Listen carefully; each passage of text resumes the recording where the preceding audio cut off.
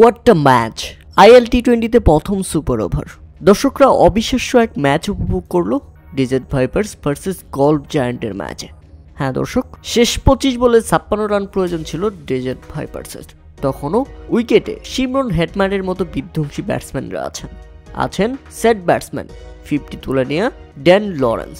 কিন্তু তাতে কি, মুহূর্তেই ছন্দপতন। ডেজার্ট ভাইপার্সের এই দুই ব্যাটসম্যান মুহূর্তেই পরপর আউট হয়ে যায় এবং তাদের শেষ ওভারে তাদের জয়ের জন্য প্রয়োজন ছিল 13 রান। কোনো ব্যাটসম্যান ছিল না, তাই তো ম্যাচটা বের করতে পারেনি। শেষ পর্যন্ত বোলাররা ম্যাচটাকে সুপার ওভারে গিয়ে থামিয়ে দেয়। অর্থাৎ ডেজার্ট ভাইপার্স 179। এর আগে প্রথমে ব্যাটিং করতে নেমে নির্ধারিত 20 ওভার 5 উইকেট হারিয়ে গল্ফ জায়ান্টও 179 রানে থেমে গিয়েছিল, যে কারণে ম্যাচটি গড়ায় সুপার ওভারে। আর সুপার ওভারে ব্যাটিং করতে নামেন আবারও হেটমায়ার এবং ড্যান লরেন্স। এই দুই ব্যাটসম্যান ব্যাটিং করতে নামলে ড্যান লরেন্সের দুর্দান্ত একটি ছক্কার মাধ্যমে ডেজার্ট ভাইপার্স 13 রান সংগ্রহ করতে পারে এবং সুপার ওভারে গল্ফ জায়ান্টের সামনে দাঁড়ায় 14 রানের টার্গেট। কিন্তু সেটা নিতে পারেনি তারা। বোলার ছিল নাসিম শাহ, দারুণ বোলিং করেছেন তিনি।